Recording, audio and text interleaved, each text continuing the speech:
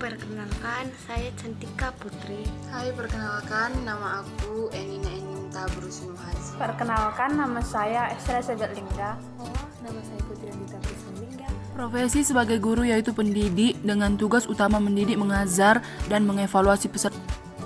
Kurangnya pemahaman terhadap kompetensi inti dan kompetensi dasar sehingga mengakibatkan siswa kurang memahami pelajaran.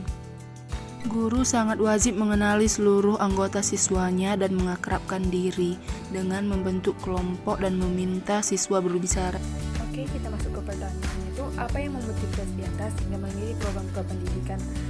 1. Apakah orang tua? Kemudian sendiri, 3 pilihan terakhir. Di sini saya akan menjelaskan ketiga pilihan itu sehingga kita dapat mengerti apa motivasi kita. Jadi, apa yang memotivasi Anda menjadi guru? Yang pertama adalah orang tua. Orang tua dapat menjadi motivasi kita karena kita ingin membalas budi, sehingga orang tua sangat tepat untuk menjadi motivasi kita dalam menjadi guru. Yang kedua yang membuat kita bisa memotivasi orang tua karena orang tua merupakan guru pertama kita dalam kehidupan kita dan guru privat kita yang bisa kita tanya kapan saja pun dan di mana saja pun dan dapat menjadi model dalam kehidupan kita. Yang ketiga adalah diri kita sendiri. Diri kita sendiri dapat menjadi motivasi kita karena jika kita ingin menjadi guru, kita akan sangat berusaha untuk menjadi seorang guru sehingga kita melakukan segala hal untuk menjadi seorang guru. Apalagi rasa bangga yang tertanam dalam diri kita sehingga kita ingin sekali menjadi guru.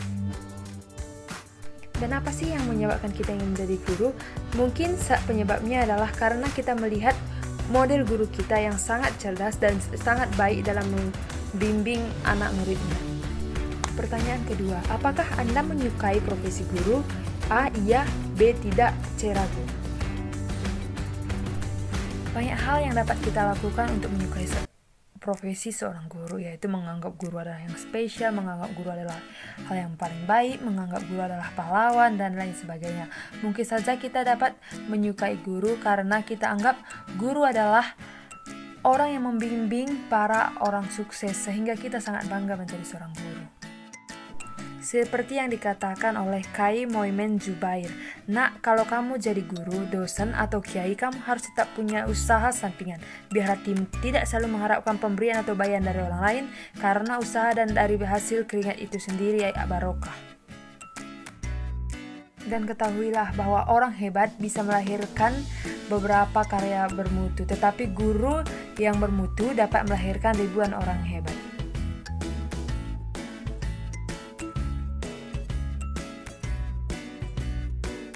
Kita masuk ke pertanyaan ketiga, apakah Anda akan menjadi calon pendidik yang baik bagi peserta didik? A. Sangat baik, B. Baik, C. Tidak baik. Untuk mencapai sangat baik, kita harus melakukan beberapa hal. Seperti menguasai materi pelajaran yang dipegang, cara mengajar selalu berbeda, rajin periksa tugas siswa, disiplin, dan berbagai cara. Sekian dari presentasi saya ucapkan terima kasih. Baik, pertanyaan yang keempat yaitu, apakah Anda peduli kesulitan yang dialami oleh peserta didik saat pembelajaran berlangsung? Nah, tentu sekali. Sebagai seorang guru, rasa peduli sangatlah penting. Mengapa?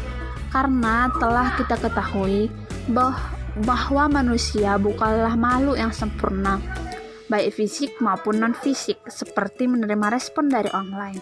Layaknya seperti seorang siswa yang sedang mengikuti pembelajaran di kelas. Siswa tersebut sulit mencerna dan menerima pembelajaran di otaknya. Nah, sebagai seorang guru, haruslah take care atau peduli kepada siswa tersebut dengan mengajarkan kembali materi dan memberikan perhatian khusus kepada siswa tersebut. Nah, pertanyaan yang kelima, apakah Anda mau dibentuk untuk menjadi lebih disiplin lagi agar menjadi calon pendidik yang profesional? Jawabannya ya tentu. Mengapa? Disiplin merupakan salah satu aspek yang mempengaruhi perkembangan kemampuan calon pendidik. Sikap disiplin harus diterapkan sejak dini sehingga dapat membentuk seorang pendidik yang profesional, sehingga dapat menyalurkan ilmu serta menjadi teladan bagi para siswanya. Pertanyaan yang keenam, apakah Anda mementingkan kepentingan siswa dibandingkan kepentingan Anda? Nah, sebagai seorang pendidik yang profesional dalam pekerjaan, tentu sekali kepentingan siswa sangatlah penting, karena kewajiban pendidik yaitu untuk mengajarkan, mendidik, dan membimbing para peserta didik. Namun, seorang pendidik tentu harus dapat bijaksana dalam hal ini. Tentu sekali, pendidik pun memiliki kepentingannya sendiri. Nah, jika kepentingan itu tidak terlalu penting sekali, maka pendidik dapat tetap melaksanakan kewajibannya. Namun jika sudah sangat penting, maka pendidik haruslah dapat bijaksana dalam memilah waktunya sehingga tidak ada pihak yang dirugikan. Dari semua pembahasan dapat disimpulkan bahwa pendidik memiliki peran yang sangat penting dalam dunia pendidikan. Pendidikan sangatlah penting, bukan hanya sekedar belajar, mengerjakan tugas, menerima saja.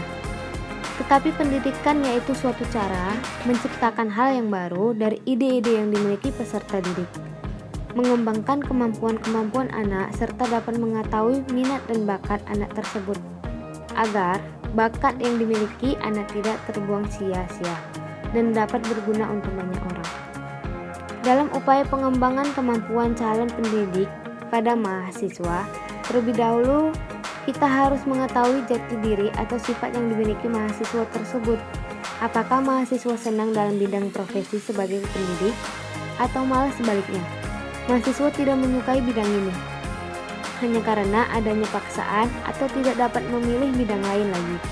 Mahasiswa pendidikan merupakan penerus selanjutnya sebagai pendidik. Meskipun tidak semua mahasiswa pendidikan berminat dalam profesi ini, tapi mahasiswa harus sudah siap menjadi seorang pendidik, karena pendidik sebagai contoh teladan bagi peserta didik. Kesiapan mahasiswa sebagai calon pendidik sangatlah berpengaruh terhadap kinerja kerja yang akan dihasilkannya.